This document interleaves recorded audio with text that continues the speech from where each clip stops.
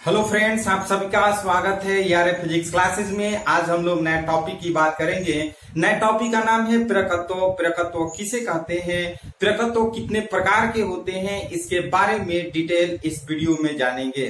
तो सबसे पहले बात करते हैं प्रकृत्व। प्रकृत्व होता क्या है, तो ध्यान से आप समझिएगा। प्रकृत्व को इंग्लिश में बोलते हैं इंडक्टेंस। क्या बोलते हैं? इंडक्टेंस। प्रकृत्व को इंग्लिश में बोलते हैं इंडक्टेंस।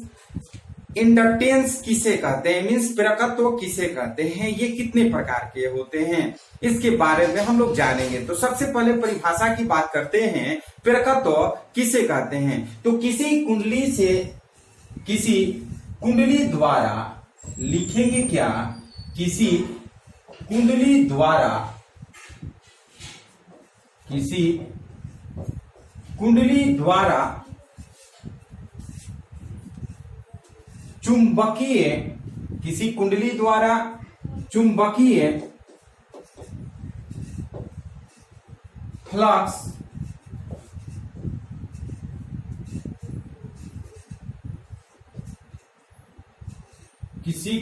द्वारा चुंबकीय फ्लक्स धारा के समानुपाती होती है। ध्यान से समझिएगा। किसी कुंडली द्वारा उत्पन्न चुंबकीय फ्लक्स धारा के समानुपाती होती है, अर्थात हम कहेंगे फाई समानुपाती आई। चुंबकीय फ्लक्स को हम फाई से निरूपित करते हैं। क्या चीज से निरूपित करते हैं? चुंबकीय फ्लक्स को फाई से निरूपित करते हैं, अर्थात हम लिख सकते हैं फाई समानुपाती कैपिटल आई। फाई जो है चुंबकीय फ्लक्स है, आई जो है वो धारा है। तो हम प्रकृत्व की परिभाषा करेंगे क्या, कि किसी कुंडली द्वारा चुंबकीय फ्लक्स धारा के समानुपाती होती है, जिसे धारा के समानुपाती होती है, अर्थात फाई समानुपाती आई। या फिर हम इसको ऐसे भी लिख सकते हैं, phi is equal to K into I. Phi is equal to क्या लिखेंगे, के इंटू आई करेंगे, जहां के लिखेंगे क्या, जहां के एक समानुपाती नियतांक है, समानुपाती नियतांक है, जिसे प्रकृत्व कहते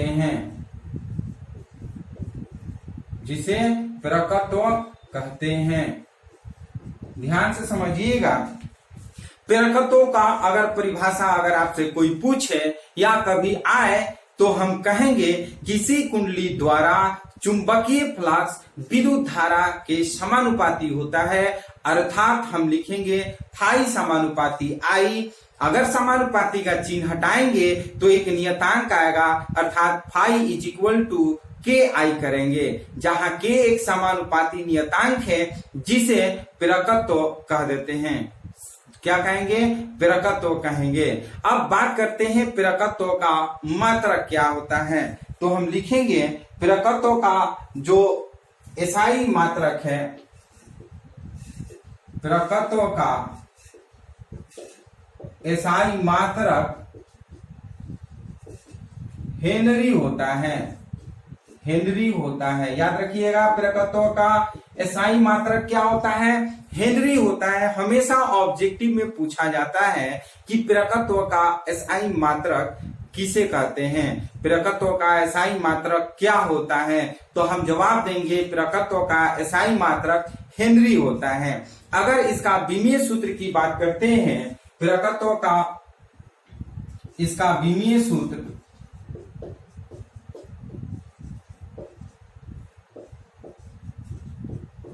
यानी कि के का अगर विमीय सूत्र हम बात करेंगे, तो ml² t का पावर -2 a का पावर -2 होता है। क्या होगा इसका विमीय सूत्र? ml² t का पावर -2 a का पावर -2 होता है। ये प्रकत्व का बीमीय सूत्र है। आप जैसे जानते हैं अगर हमें k का बीमीय सूत्र निकालना हो तो फाई बाई आई करेंगे। फाई यानी कि चुंबकीय फ्लक्स का भी बीमा आप जानते हैं और विद्युत धारा का तो आप जानते ही हैं, एम्पियर, आई मीन्स एम्पियर यहां पर कर लेते हैं। तो इस तरह से ml का पावर 2, t का पावर -2 और a का पावर -2 हो जाएगा। तो ये प्रकत्व का बीमा हो गया। तो याद रखिएगा प्रकत्व का एसआई मात्रक क्या होता है, तो कहेंगे एसआई मात्रक हेनरी। क्या कहेंगे? प्रकत्व का एसआई मात्रक हेनरी होता है। और प्रकत्व का बीमीय सूत्र क्या कहेंगे? ml² t का पावर -2 a का पावर -2 होता है। तो इस तरह से ये प्रकत्व आपका हमें लग रहा होगा कि समझ में आ रहा होगा। अब बात करते हैं कि प्रकत्व कितने प्रकार का होता है। प्रकत्व कितने प्रकार का होता है, तो कहेंगे प्रकत्व 2 प्रकार का होता है। लिखेंगे क्या? प्रकत्व 2 प्रकार का होता है। प्रकत्व कितने प्रकार का होता है? 2 प्रकार का होता है। फर्स्ट की बात करते हैं अन्योन्य प्रकत्व। क्या है? फर्स्ट अन्योन्य प्रकत्व या प्रेरण कह लीजिए। अन्योन्य प्रेरण जिसको हम लोग इंग्लिश में बोलते हैं म्यूचुअल इंडक्शन। क्या कहेंगे? Mutual induction. आप इसको अन्योन्य प्रकत्व भी कह सकते हैं, जिसको म्यूचुअल इंडक्टेंस के नाम से भी जान सकते हैं। क्या कहेंगे? अन्योन्य प्रेरण या हम अन्योन्य प्रकत्व भी कहेंगे, जिसको म्यूचुअल इंडक्शन या म्यूचुअल इंडक्टेंस के नाम से भी जानते हैं। दूसरा जो है स्वप्रेरण। स्वप्रेरण लिखेंगे क्या? Self induction. Self induction. Second जो है वो स्वप्रेरण है, सेल्फ इंडक्शन या हम स्वप्रकत्व कहेंगे, सेल्फ इंडक्टेंस। तो इस तरह से ये प्रकत्व है। अब दोनों के बारे में हम लोग इस वीडियो में अन्योन्य प्रेरण के बारे में जानेंगे सबसे पहला, और उसपे कुछ न्यूमेरिकल बनाएंगे। अगर हम दोनों के बारे में बताएंगे तो ये थोड़ा सा वीडियो लंबा हो सकता है, लेकिन हम ज्यादा लंबा नहीं बनाएंगे। हम इस फर्स्ट की बात इस वीडियो में करेंगे और उससे कुछ रिलेटेड न्यूमेरिकल हम लोग सॉल्व करेंगे, और इसके बाद जो नेक्स्ट वीडियो होगा वो स्वप्रेरण में सेल्फ इंडक्शन के बारे में बताएंगे, और उससे रिलेटेड जो न्यूमेरिकल होंगे वो न्यूमेरिकल के बारे में हम लोग पढ़ेंगे। तो फिर से एक बार रिवीजन आपको कर दे रहे हैं कि प्रकत्व किसे कहते हैं। तो किसी कुंडली द्वारा चुंबकीय फ्लक्स उसमें प्रवाहित विद्युत धारा के समानुपाती होता है, अर्थात फाई समानुपाती कैपिटल आई। जब समानुपाती का चिन्ह हटाएंगे तो के आएगा, तो फाई इज इक्वल टू के आई करते हैं, जहां के एक समानुपाती नियतांक है जिसे हम प्रकत्व कह देते हैं। प्रकत्व का एसआई मात्रक हेनरी होता है। प्रकत्व का एसआई मात्रक हेनरी होता है और प्रकत्व का बीमीय सूत्र ml² t का पावर -2 a का पावर -2 होता है। और बात करते हैं प्रकत्व कितने प्रकार का होता है, तो कहेंगे प्रकत्व 2 प्रकार का होता है। पहला जो है अन्योन्य प्रेरण या अन्योन्य प्रकत्व कहिए, जिसको हम म्यूचुअल इंडक्शन या म्यूचुअल इंडक्टेंस के नाम से जानते हैं। सेकेंड जो है वो स्वप्रेरण है, जिसको हम लोग स्वप्रकत्व के भी नाम से जानते हैं, सेल्फ इंडक्शन या सेल्फ इंडक्टेंस के भी नाम से जानते हैं। अब एक एक करके इसके बारे में हम लोग पढ़ेंगे, तो इसको पहले आप लोग स्क्रीनशॉट ले लीजिए।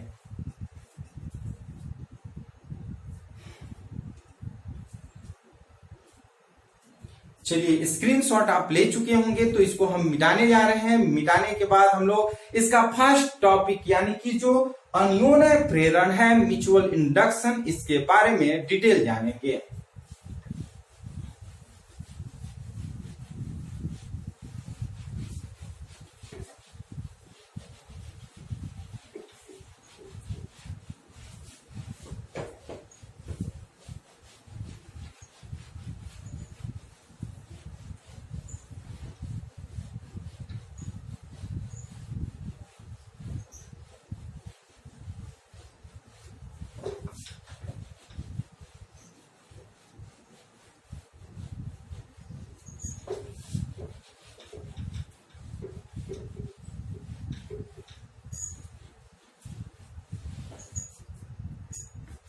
सेकेंड की बात करते हैं, फर्स्ट अन्योन्य प्रेरण।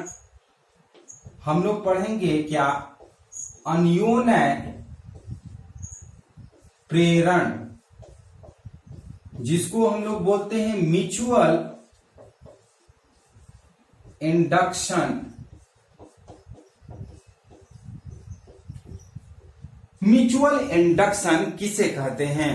अन्योन्य प्रेरण, जिसको हम लोग म्यूचुअल इंडक्शन की बात करते हैं, ये किसे कहते हैं? इसकी परिभाषा सबसे पहले हम आपको लिखेंगे, उसके बाद बताएंगे। किसी निकटवर्ती कुंडली में, किसी निकटवर्ती कुंडली में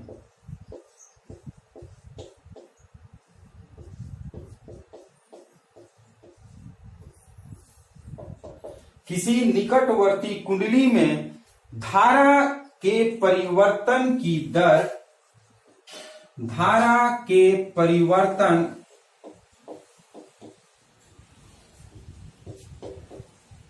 की दर किसी दूसरी कुंडली में,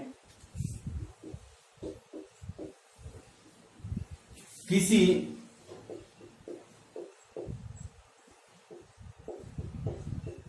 दूसरी कुंडली में विद्युत वाहक बल के प्रेरण, विद्युत वाहक बल के प्रेरण, विद्युत वाहक बल के प्रेरण की घटना को, प्रेरण की घटना को अन्योन्य प्रेरण कहते हैं। अन्योन्य प्रेरण कहते हैं। ध्यान से समझिएगा, दो कुंडली है, एक प्राथमिक कुंडली, हम फिगर अभी बनाएंगे, एक प्राथमिक कुंडली, एक द्वितीय कुंडली। तो एक कुंडली में जब चुंबकीय फ्लक्स के परिवर्तन की घटना होती है तो उसके द्वारा दूसरी कुंडली में भी हमारा विद्युत वाहक बल का घटना होती है, प्रेरित होती है। तो इस घटना को ही हम क्या कहेंगे?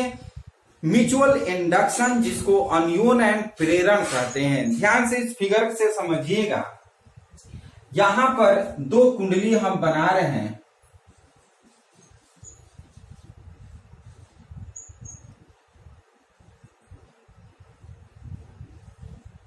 ये कुंडली है, इस कुंडली को प्राइमरी कुंडली के नाम से जानते हैं। क्या चीज के नाम से जानते हैं? प्राइमरी कुंडली के नाम से जानते हैं। ये हम इसको बैटरी से जोड़ दिए हैं, ये प्राइमरी कुंडली को बैटरी से जोड़ दिए हैं, और ये जो है वो कुंजी है। कुंजी को हम इस तरह से कर सकते हैं, ये कुंजी है। जैसे ही स्विच ऑन करते हैं इसमें विद्युत धारा प्रवाहित होती है, और इसके पास में ही एक और दूसरी कुंडली इस तरह से हम ऐड कर दिए, जिसको हम लोग द्वितीय कुंडली के नाम से जानते हैं, ये सेकेंडरी कुंडली। अब इसको ध्यान से आप लोग समझिएगा, ये गैल्वेनोमीटर है, ये गैल्वेनोमीटर शो करता है कि इसमें विद्युत धारा प्रवाहित हो रही है कि नहीं। तो हम अन्योन्य प्रेरण की बात कर रहे हैं। अन्योन्य प्रेरण किसे कहते हैं? तो कहेंगे किसी निकटवर्ती कुंडली में, किसी निकटवर्ती कुंडली में धारा के परिवर्तन की दर किसी दूसरी कुंडली में विद्युत वाहक बल के प्रेरण की घटना को अन्योन्य प्रेरण कहते हैं। जैसे सपोज दैट ये जो है दो कुंडली है, एक प्राथमिक कुंडली, एक द्वितीय कुंडली है। एक प्राथमिक कुंडली और दूसरा जो है द्वितीय कुंडली है। सपोज दैट प्राथमिक कुंडली में हम प्राथमिक कुंडली को बैटरी से जुड़े हुए हैं, प्राथमिक कुंडली को बैटरी से जुड़े हुए हैं। और जैसे ही हम के को दबाते हैं, के मतलब कुंजी, स्विच जिसको बोलते हैं, जैसे स्विच को ऑन करते हैं, इस प्राथमिक कुंडली में विद्युत धारा प्रवाहित होने लगती है। क्या प्रवाहित होती है? विद्युत धारा प्रवाहित होने लगती है। इस विद्युत धारा के कारण इस कुंडली के आसपास चारों तरफ चुंबकीय क्षेत्र उत्पन्न हो जाता है। क्या उत्पन्न होता है? इसके आसपास चुंबकीय क्षेत्र उत्पन्न हो जाता है और इस चुंबकीय क्षेत्र के कारण इसके निकटवर्ती जो द्वितीय कुंडली है उसमें प्रेरित विद्युत वाहक बल उत्पन्न हो जाता है। ये प्रेरित विद्युत वाहक बल उत्पन्न होता है तो ये गैल्वेनोमीटर में डिफ्लेक्शन होता है, मीन्स इसमें क्या होता है कि ये घूर्णन करने लगती है, मीन्स दोलन करने लगती है। तो हमें पता चल जाता है कि निकटवर्ती कुंडली जो द्वितीय कुंडली है उसमें विद्युत धारा प्रवाहित होती है, अर्थात प्रेरित विद्युत वाहक बल प्रवाहित होती है। तो इस घटना को ही हम अन्योन्य प्रेरण कहते हैं या अन्योन्य प्रेरकत्व कहते हैं। अन्योन्य प्रेरकत्व आपको शायद समझ में आ गया होगा, एक बार फिर से समझ लीजिए। किसी निकटवर्ती कुंडली में, यहाँ पे आप समझिए कि दो यहाँ पे कुंडली है, एक हमारा प्राथमिक कुंडली और एक हमारा द्वितीय कुंडली है। तो किसी निकटवर्ती कुंडली में धारा के परिवर्तन, अब प्राथमिक कुंडली में धारा में परिवर्तन होगा, अगर ज्यादा प्रवाहित कराएंगे तो इसमें भी परिवर्तन होगा, कम प्रवाहित करवाएंगे तो इसमें भी परिवर्तन होगा। परिवर्तन की दर किसी दूसरी कुंडली में विद्युत वाहक बल के प्रेरण की घटना को ही हम अन्योन्य प्रेरण कहते हैं या अन्योन्य प्रेरकत्व कहते हैं। बात समझ में आया कि प्राथमिक कुंडली में अगर धारा का मान अधिक हो रहा है या कम होगा तो दूसरी कुंडली में भी उसमें जो प्रेरित विद्युत वाहक बल होगा उसमें भी कमी या वृद्धि होगी। तो इस घटना को ही अन्योन्य प्रेरकत्व कहते हैं। अब हम लोग बात करेंगे अन्योन्य प्रेरकत्व का गुणांक। स्टार देकर के लिखेंगे क्या? अन्योन्य प्रेरण गुणांक। अन्योन्य प्रेरण गुणांक या फिर हम इसको कह सकते हैं अन्योन्य प्रेरकत्व। अन्योन्य प्रेरकत्व जिसको इंग्लिश में बोलेंगे coefficient of mutual induction.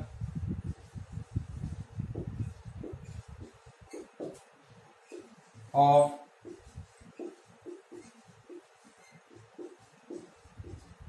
Mutual induction, ध्यान से समझिएगा। कोएफिशिएंट ऑफ म्यूचुअल इंडक्शन के बारे में हम लोग जानेंगे। तो सबसे पहले लिखते हैं या लिखेंगे क्या कि माना प्राथमिक कुंडली में, हम लिखेंगे माना प्राथमिक कुंडली में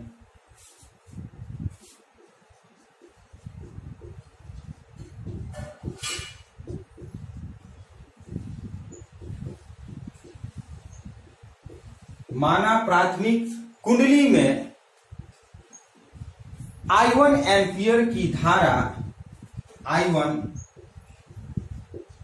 एम्पियर की धारा,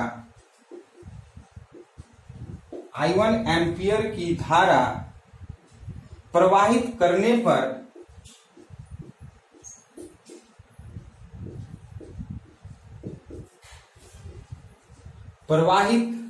पर द्वितीय कुंडली के प्रत्येक फेरे से द्वितीय कुंडली के प्रत्येक फेरे से, आपको नीचे शायद दिखाई नहीं देगा इसलिए आप क्या करिए, इसको स्क्रीनशॉट ले लीजिए, इसके बाद हम इसको मिटा करके आगे बताएंगे। तो ध्यान से समझिएगा कि माना प्राथमिक कुंडली में, ये प्राथमिक कुंडली है, इसमें I1 एम्पियर की धारा प्रवाहित करने पर द्वितीय कुंडली के प्रत्येक फेरे, अब इसको लिखने से पहले आप इसको क्या करिए, स्क्रीनशॉट ले लीजिए, क्योंकि इसको मिटाएंगे, मिटाने के बाद इसके आगे हम बताएंगे। अब ध्यान से समझिएगा कि प्राथमिक कुंडली में यदि I1 विद्युत धारा प्रवाहित होती है तो द्वितीय कुंडली के प्रत्येक फेरे से बद्ध जो चुंबकीय फ्लक्स होगा वो Φ2 होगा।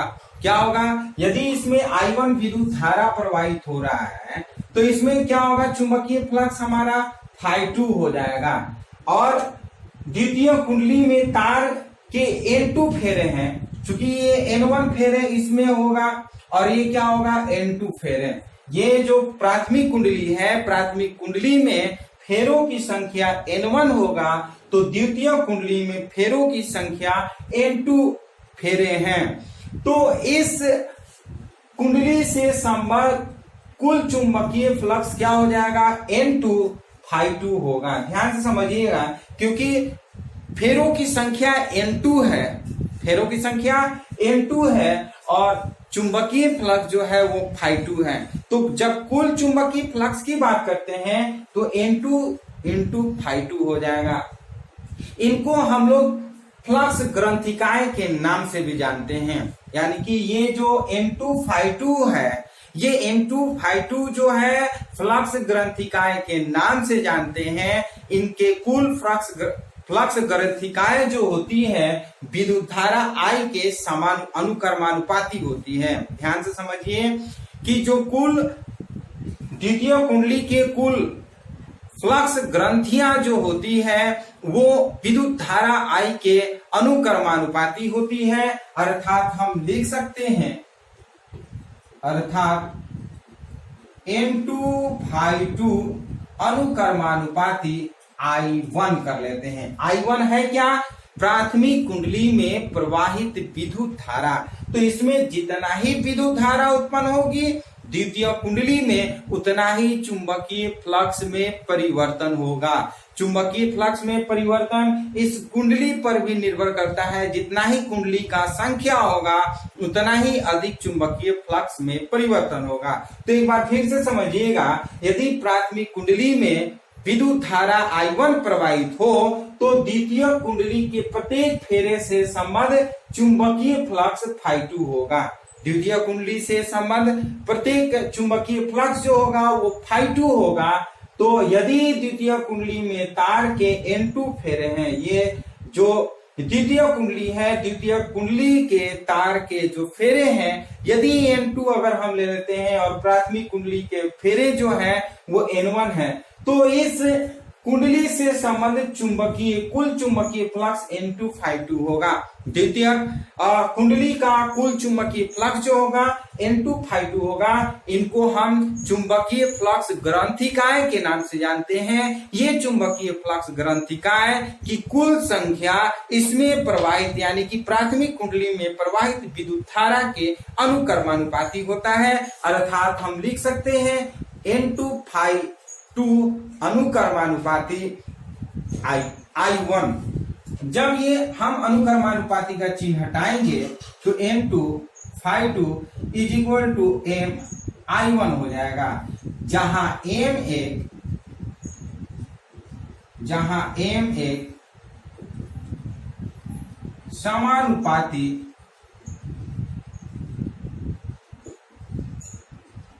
नियतांक है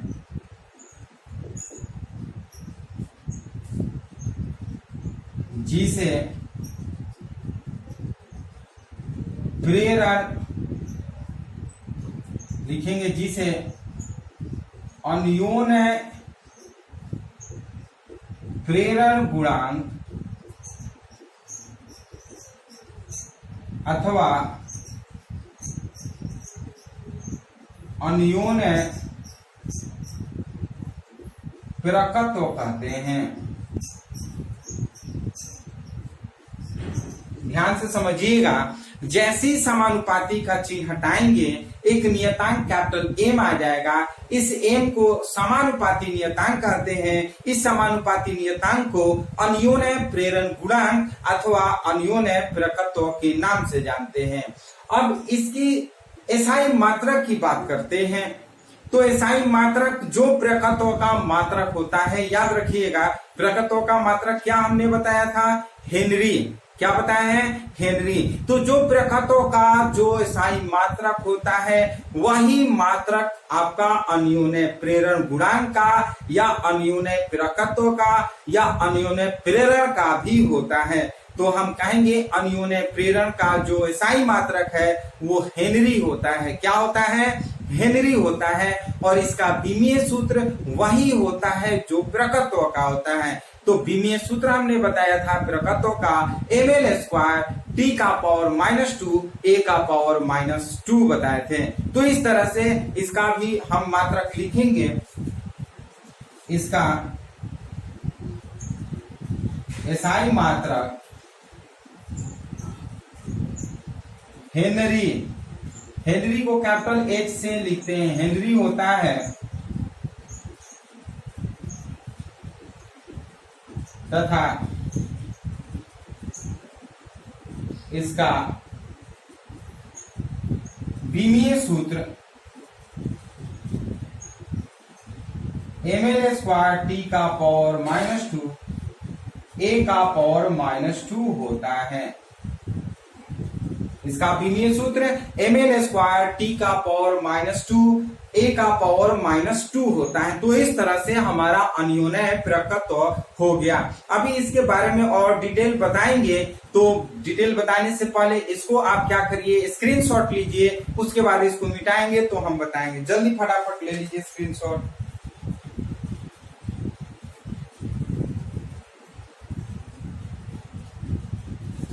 चलिए स्क्रीनशॉट ले चुके होंगे तो इसको हम मिटा रहे हैं।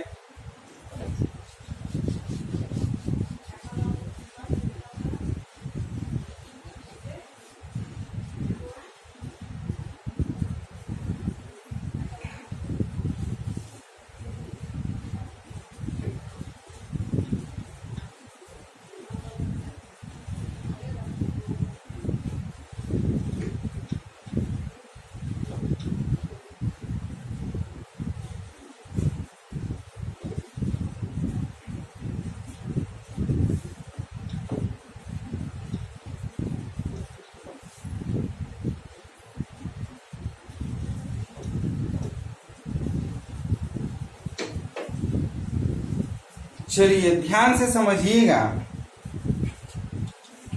हम लोग पढ़े क्या है, N2 I2 = M और I1 पढ़े हैं, यही पढ़े हैं। सपोज दैट फेरों की संख्या अगर यदि N2 = 1 I1 = 1 एम्पियर, यदि N2 = 1 और N2 = 1 और I1 = 1 एम्पियर हो, तब हमारा क्या हो जाएगा, लिख सकते हैं कैपिटल M = I2। ध्यान से समझिएगा। M जो है वो आपका अन्योन्य प्रकत्व या अन्योन्य प्रेरण गुणांक है, या Φ2 जो है वो द्वितीय कुंडली का चुंबकीय फ्लक्स है। Φ2 जो है वो द्वितीय कुंडली का चुंबकीय फ्लक्स है। तो इसको हम क्या कर सकते हैं, परिभाषित करेंगे कि अतः हम लिख सकते हैं कि प्राथमिक कुंडली में इकाई धारा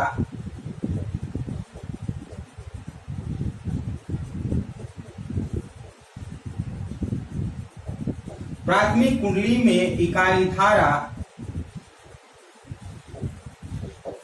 प्राथमिक कुंडली में इकाई धारा के प्रवाह द्वारा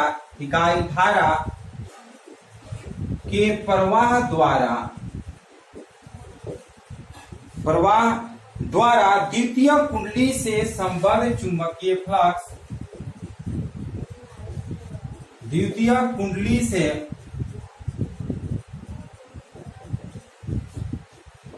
संबद्ध चुंबकीय फ्लक्स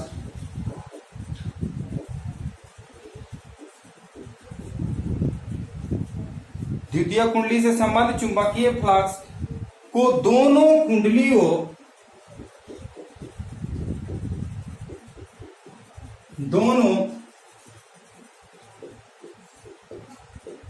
कुंडलियों अथवा परिपथ के अनियोन्य अथवा परिपथ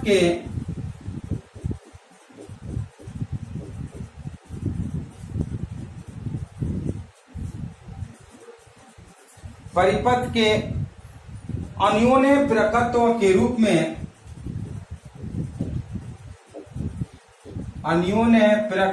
के रूप में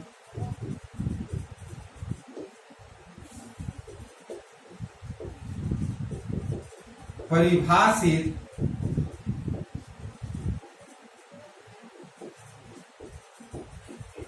किया जाता है। ध्यान से समझिएगा, ये परिभाषित अगर हमें करना हो चुंबकीय फ्लक्स और प्रेरकत्व के रूप में तो कहेंगे क्या, ये M इज इक्वल टू φ2 और अतः प्राथमिक कुंडली में इकाई धारा, चूंकि I1 जो है वो 1 एम्पियर हम माने हैं, तो प्राथमिक कुंडली में इकाई धारा के प्रवाह द्वारा द्वितीय कुंडली से संबद्ध चुंबकीय फ्लक्स को दोनों कुंडलियों अथवा परिपथ के अन्योन्य प्रेरकत्व के रूप में परिभाषित किया जाता है। तो ये हो गया आपका एक परिभाषा अन्योन्य प्रेरकत्व का। अगर हम प्रेरित विद्युत वाहक बल के रूप में अगर परिभाषित करना हो तो लिखेंगे क्या, फैराडे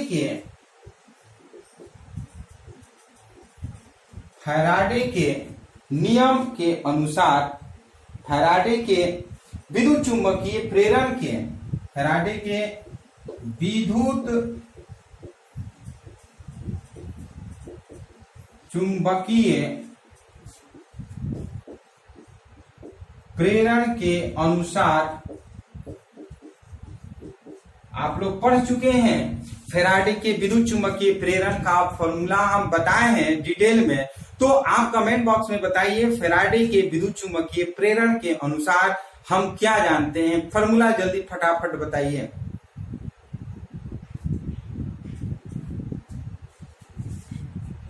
चलिए ध्यान से आप समझिएगा, हम लोग पढ़े हैं E is equal to minus D phi S by D T. ये फॉर्मूला हम लोग पढ़े हुए हैं फैराडे के विद्युत चुंबकीय प्रेरण में। फैराडे के विद्युत चुंबकीय प्रेरण में E is equal to minus D phi S by D T. D phi S जो है वो चुंबकीय फ्लक्स परिवर्तन की दर के समानुपाती होता था, तो उसे हम प्रेरित विद्युत वाहक बल कहते थे। किसके, तो फैराडे के विद्युत चुंबकीय प्रेरण का विद्युत वाहक बल E is equal to minus D phi by D T करते थे। तो यहाँ पे डी फाई एस लिखें, फाई एस मतलब द्वितीय कुंडली का चुंबकीय फ्लक्स। ये आपका फाई एस क्या है, द्वितीय कुंडली का चुंबकीय फ्लक्स। अगर हम इसको हम क्या करते हैं, चूंकि फाई एस हम लोग पढ़े हुए हैं, phi s is equal to M i. ध्यान से समझिएगा, phi s is equal to हम लोग पढ़े हैं यहां पर एन, इसको आप ये ध्यान से समझिएगा, हम लोग पढ़े हैं N two phi two is equal to M I one पढ़े हैं। तो यहां पर फाई एस के जगह पर हम क्या करेंगे, फाई टू करेंगे। क्या करेंगे, फाई टू करेंगे। अगर यहां पर कुंडली एक है तो यहां पर N2 का वैल्यू नहीं यूज करेंगे।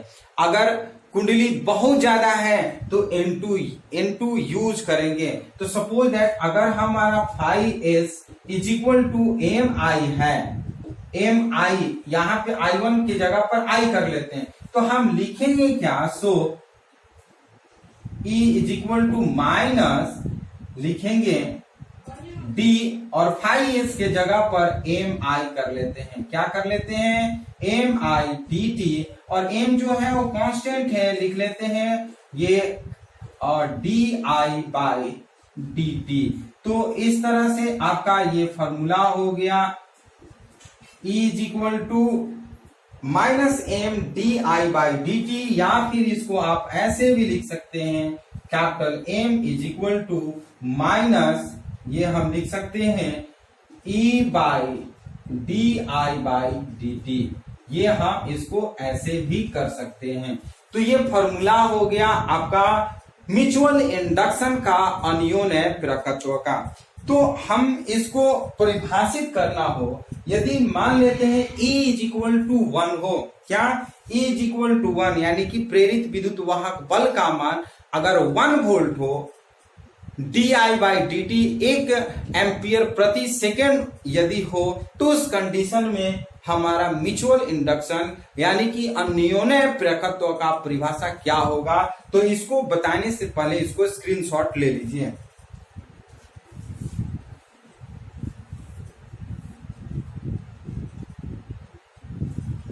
चलिए स्क्रीनशॉट ले चुके होंगे, इसको हम मिटा रहे हैं, ध्यान से समझिएगा।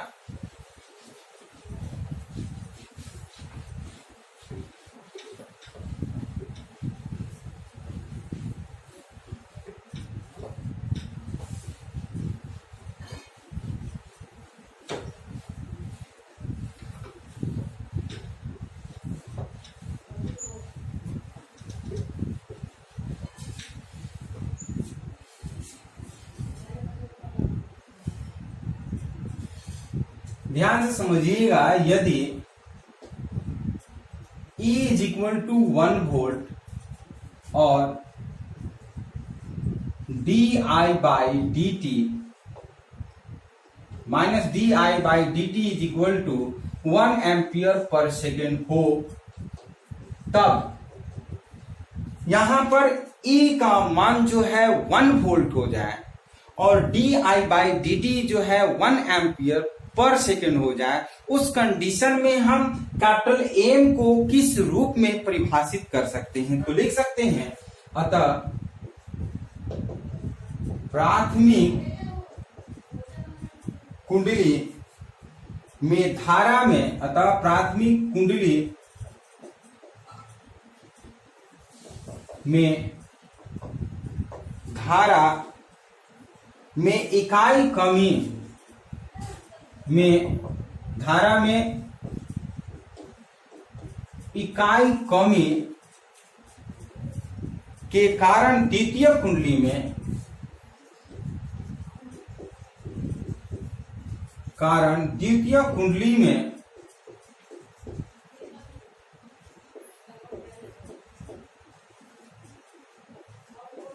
द्वितीय कुंडली में उत्पन्न प्रेरित विद्युत वाहक बल, उत्पन्न प्रेरित विद्युत वाहक बल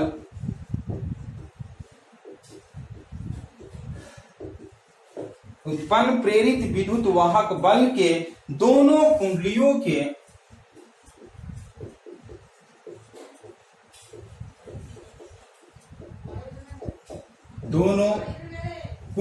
के अन्योन्य प्रेरकत्व के रूप में, अन्योन्य प्रेरकत्व के रूप में परिभाषित कर सकते हैं, परिभाषित कर सकते हैं।